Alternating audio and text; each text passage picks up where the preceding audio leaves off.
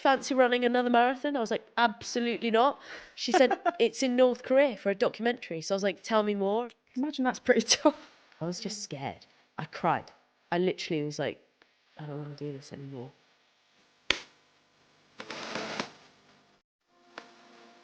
Hello and welcome to Stronger Than You Think with me, Ashley Wilmot.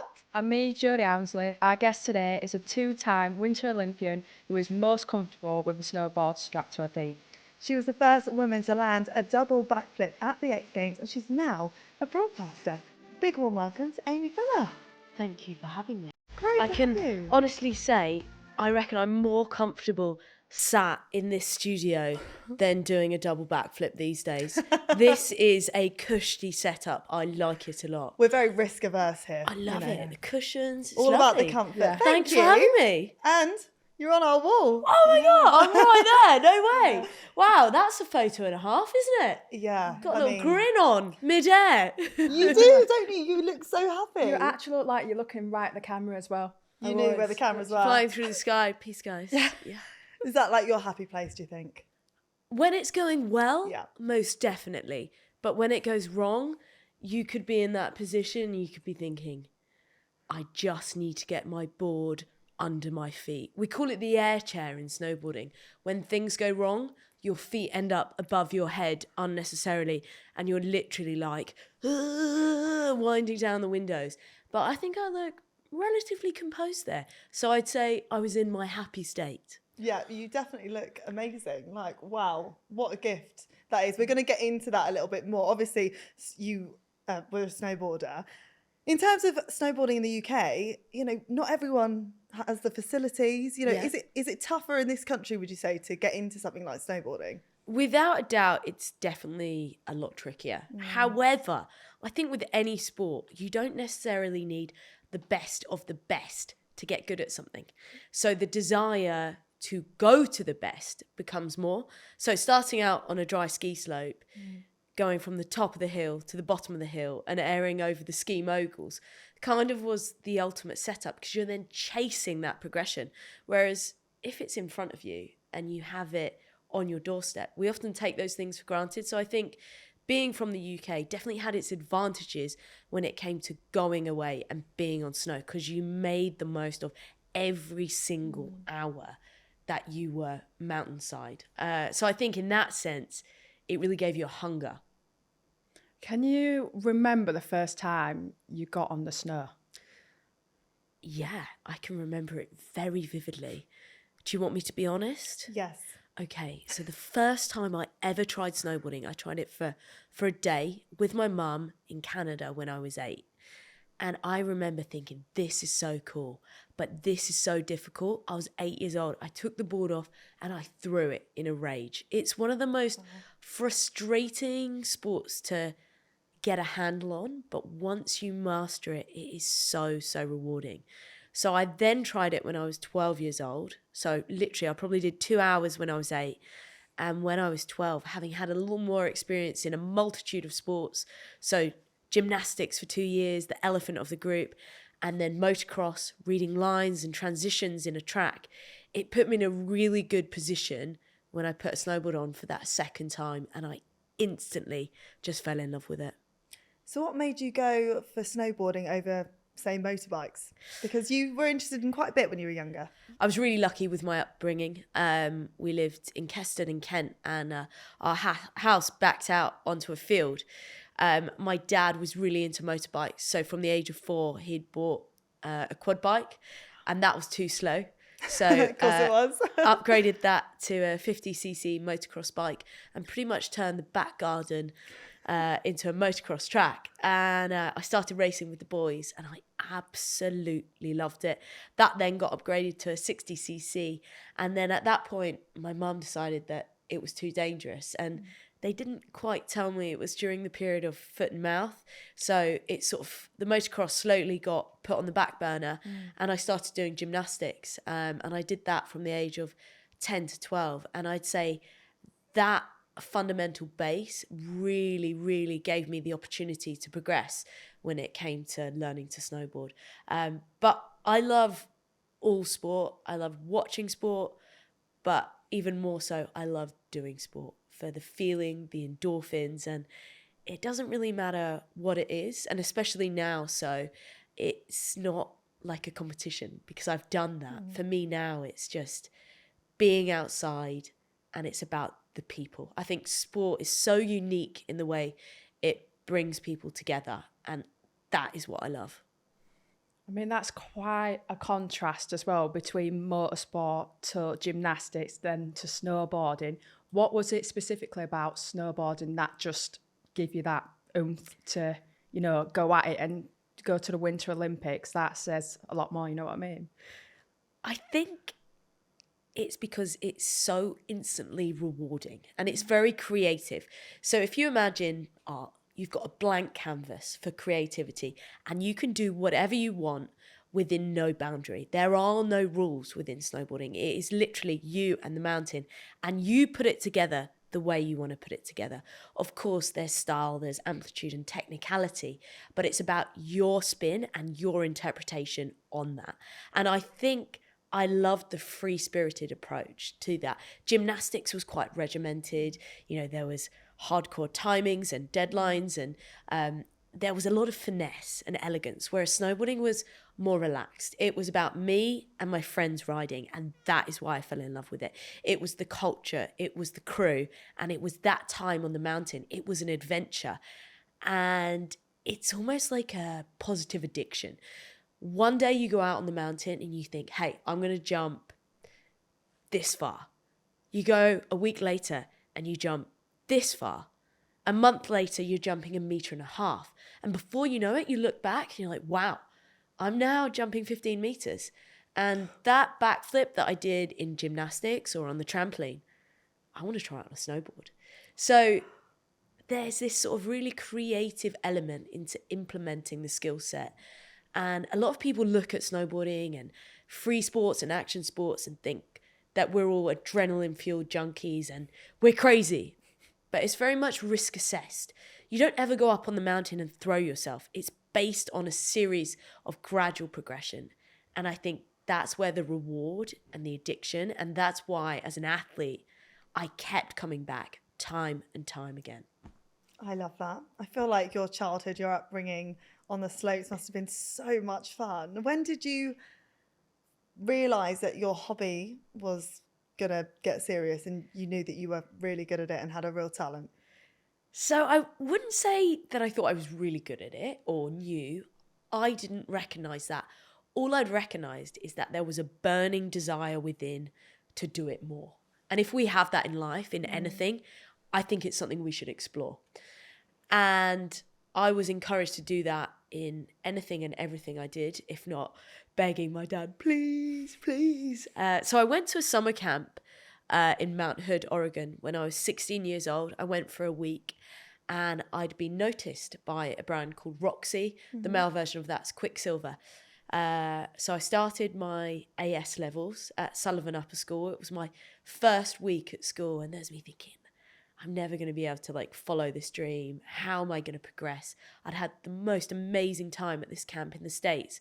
And literally 1 week into starting at the school, I had a phone call. My mum was like, Aimee, there's someone on the phone. I'm like, hiya. And the lady was like, hi, Aimee, it's Stina Brunkeldus. I'm the Roxy European team manager. Erin Comstock in the US noticed you. And we want to invite you out to Switzerland in 2 weeks' time to come to the Roxy Future Camp. And I was like, no way. I turned up, had no expectation, turned up as me, rode as well as I could. Before I knew it, I had a free jacket. My life was made. I was a sponsored athlete for Roxy. Wow. And they then invited me to my first 6-star contest 1 month later with no practice, rocked up, somehow landed, got in the finals. And that was it. That was the start of that trajectory. And I went to school, I managed to complete my A-levels, but I travelled a lot during that time because I joined the GB Junior team, and I just fell in love with the sport even more and just chased. There was no other option. You can't half sport or action sports. So how did the X Games come about? Because you obviously did your A-levels, Did you go to university, or was that a turning point for you? So I did start at the University of Bath to do sports performance. However, my snowboarding career completely took over. I received my first X Games invite. It was X Games teen in 2011 or 12. And for me, my snowboarding career was presenting itself. And I found at the time it was a distraction to keep having to fly home. So I decided to put everything into my snowboarding career. And I can honestly say it's the best decision I ever made. And I'm so thankful for that, because through that, I've learned so much that I've taken into my career now. So, yeah, X Games. In fact, I was actually in McDonald's in the Meyerhofen Zillertal Valley because the boys wanted to stop for a Big Mac on our way up the valley. And I opened my email and I remember just seeing that invite and Aimee Fuller, you've been invited to X Games teen.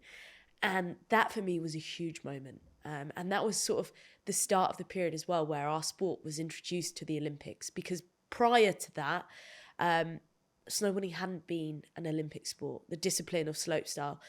So that really was the marker. And it's like, right, I've got a goal, I've got a vision set, and now I'm all in. And that's really what I did. I bet that were pretty surreal as well. And what were your family's response to that? My family are just so chilled and supportive, and there was never a question. I think my biggest takeaway from their support was never do anything you don't want to do, especially on the mountain. There's no doubt about it. Snowboarding is a dangerous sport and accidents do happen. It's not a matter of if, but when. So my mum was always very clear in that she'd never wanted me to be in a situation where a coach or a sponsor had told me that I needed to do something. She's like, you do you feel what's right. So they were incredibly supportive in the best possible way. And I'm so grateful for that. And as my career progressed, I was so fortunate enough to then be able to share that experience with them. And that's when it comes to an Olympics. And the Olympics is a little bit different. It's not solely about you anymore. Actually, it's about everyone around you. It's your team, your support network. And in a way, I felt like the Olympics for me was a huge part of giving back to my family and the trust they'd given in the infantry of my career, because we didn't know where it was going to go. And it was a game of trust and following a passion, which they allowed me to fulfill. And that moment that I qualified for my first Olympic Games, it was, a huge sense of relief to be able to share that. My nan and granddad came out to my first games and to see them there and so proud. It's like sort of like a marker of recognition. So you qualify for the Olympics. You are a double Olympian. What's it like, wearing the flag and experiencing that after all the hard work, all the effort that you've put in? I think one thing I'd like to say is that I think people underestimate how hard it is to actually qualify for the Olympics. So going into this Olympic cycle now, looking at Paris, actually so much of the graft and the hard work is done. And that's the journey. The icing on the cake is getting there and being presented with that Team GB kit. The minute you either receive that suitcase or go to kitting out, it's surreal. My Olympic journey wasn't straightforward at all, though. And the process of qualifying was extremely complex in that I had the Red Bull helmet, I had the big tricks, I had everything was going in the right direction. And I was fearful of committing publicly to the goal of wanting to qualify for the Olympics. So I sort of skirted around the outskirts and picked up multiple injuries through doing big tricks and going for the showman style of performance. And that in turn bit me in the backside. So it meant I was under an immense amount of pressure. So when it came to qualifying 6 months out from the games, you've got 2 opportunities. You've had 8. You've walked away from 1. You've been injured for 2. You've fallen over in 1. So before you know it, it's like rolling the dice of dominoes. You're losing opportunities. So for any athlete going through this process of qualifying, every single opportunity counts, because so much can go wrong through injury, through illness, through mindset. So every opportunity you have to take. And that's when it really turned around for me, because I had 2 opportunities to qualify. I bumped from like 5th in the world to 42nd, and you need to be in the top 24.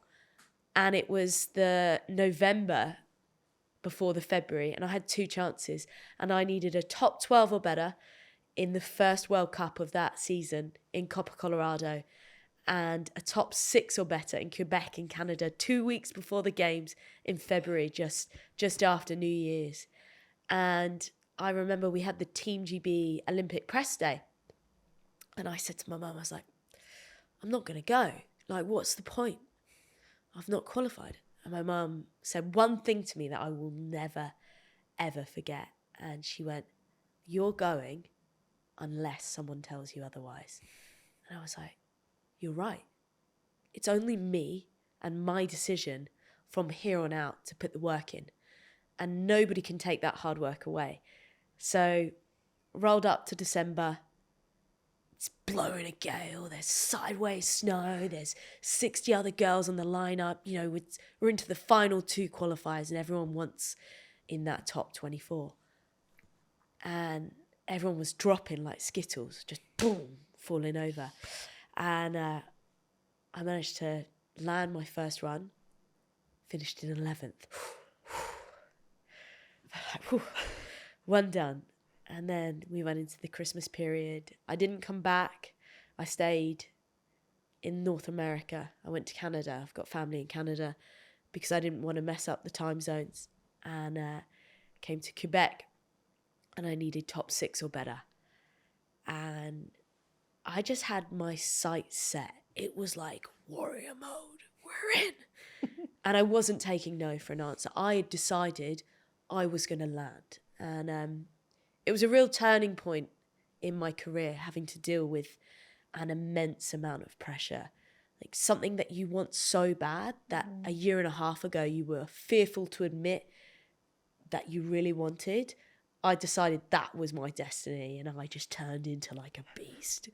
And I stomped my first run, made it through into the finals in 5th place. And I just remember ringing my mum going, I've done it. She's like, what have you done? I'm like, I've done it. And she's like, what? And I'm like, we're going. You know, it's we. It's not you, it's we. It's everyone around you. And I think just for a moment of perspective, for every Olympian, for every athlete that's enduring this journey or has gone through the highs and lows of Olympic sport, the qualifying's tough. That's a lot, isn't it? Yeah. To have on your shoulders. There's this huge goal in front of you, and there's a lot of pressure. And it sounds like you thrive off that. Yeah, I think it definitely in turn has made life a lot easier. Like I learned so much through fear of failing. Yeah. And not committing to something wholly. I then had to go all in and have the most immense amount of pressure. I could have qualified in the first 5 events, but no, I decided to do it in the last 2. And that then in turn made, doing my motorbike test after the Olympics, dealing with that pressure, dealing with pressure in public speaking, dealing with the kind of pressure I receive now. It makes it all feel really easy, because I don't think there's anything that I've wanted so much in that moment. So now it's like, there are things and there are opportunities that we can all undertake, but we can also do it again. There are opportunities where you can do things again. The Olympics, you can't just do it again. You can't have that opportunity again. A motorbike test or an exam, you could do it next week, or you could do a resit. Whereas to wait 4 years for that chance is quite a long time. It is. So how does the qualifying then compare to actually being at the Olympics, not once, but twice? Yeah, I mean, the second time around, it was a really enjoyable experience. The event itself definitely didn't go to plan. It was the windiest event in snowboarding history. It was probably the worst showcase of snowboarding we've ever seen, and it almost became like a laughing stock. It was like, who's going to survive? We were like being blown. It was like, who had the smallest jacket that wasn't getting caught in the wind? So that experience wasn't the best, but my experience at the games and being a part of a wider team was just really, really incredible. And I absolutely thrived in that environment. And it truly is an honour to be an Olympian and represent Team GB. Yeah, I would just literally, because obviously snowboarding, when you're flying your body up in the air, like, you know, sort of, just any moment of doubt or fear go through your mind at all? Or is it just like, no, I know what I'm doing, I'm going to land it? So, this is an interesting one. There's two very clear divides in my career. One part is total control. You are in this like automated state of like, you almost feel like a machine. Everything clicks. It's like toe, heel, toe, boom, take off, grab, rotate, spot the landing, boom. It's a flow state of the highest degree. However, that changed drastically going into my second Olympics. So the process of qualifying for my second games was like that. We were robot mode. Everything was in sync. There was no fear. I was in total control, and it's a beautiful place to be. However, as we got closer to the games, I then had this fear of injury. Because I'd already qualified so early on, what happens if I get hurt in practice? What happens if I get hurt in training? What happens if I miss the Olympics? So there became this fear of injury and fear of missing out. And I think it was definitely catapulted by a multitude of scenarios in my life. My nan was diagnosed with cancer. I'd split up with my ex-boyfriend of 5 years. And we were just a couple of months out from the games. And suddenly I was like, there's a lot more to life than just doing this. I don't want to get hurt doing this, but I want to qualify.